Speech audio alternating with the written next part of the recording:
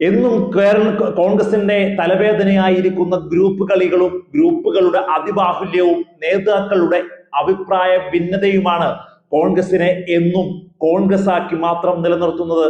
അതുകൊണ്ട് തന്നെയാണ് കോൺഗ്രസിൽ ഒരഭിപ്രായം ഉണ്ടാകാൻ 100 തവണ ആലോചിക്കേണ്ടി വരുന്ന അവസ്ഥ എന്നും ഉണ്ടാകുന്നത്. മറ്റൊരു കാര്യം കൂടി എടുത്തു പറയേണ്ടത്, ഒരു കേഡർ സംവിധാനമുള്ള പാർട്ടി മുന്നണിയായി ലീഗും UDF-ലെ ലീഗും അതേപോലെ തന്നെ CPI-യും CPI-എമ്മും എല്ലാം, എന്തിനേറെ BJP പോലും അത്തരത്തിലുള്ള ഒരു കേഡർ സ്വഭാവം വെച്ചു പുലർത്തുന്ന സാഹചര്യത്തിലാണ് ഇന്നും കോൺഗ്രസ് മുന്നിൽ നിന്ന് നയിക്കുന്ന UDF-ന് മുഴുവൻ നാണക്കേടായി ആ പാർട്ടി മാറിക്കൊണ്ടിരിക്കുന്നത് എന്നും പറയാതെ വയ്യ. 100% ഉറപ്പിച്ചു പറയാം, സ്വയം പല്ലിളിച്ച് കൊഞ്ഞനം കുത്തുന്ന ഒരു ടാഗ് ലൈനാണ് 2026 നിയമസഭാ തെരഞ്ഞെടുപ്പിന് UDF കോൺഗ്രസ് കൊണ്ടുവന്നിട്ടുള്ളത്. കേരളം ജയിക്കും, UDF നയിക്കും.